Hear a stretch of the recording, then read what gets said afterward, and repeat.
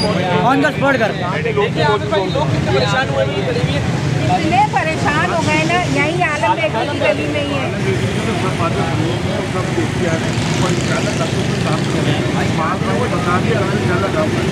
नहीं, कहाँ तक ताकत डाकखाने पे काम नहीं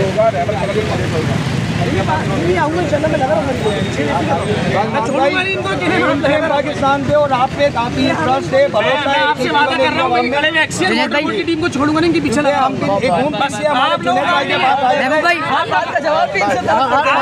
का काम नहीं है। आप लोग आराम से घर में बैठे जुनैद में हमारी टीम मौजूद है। दिखाते हैं जहाँ तक होता है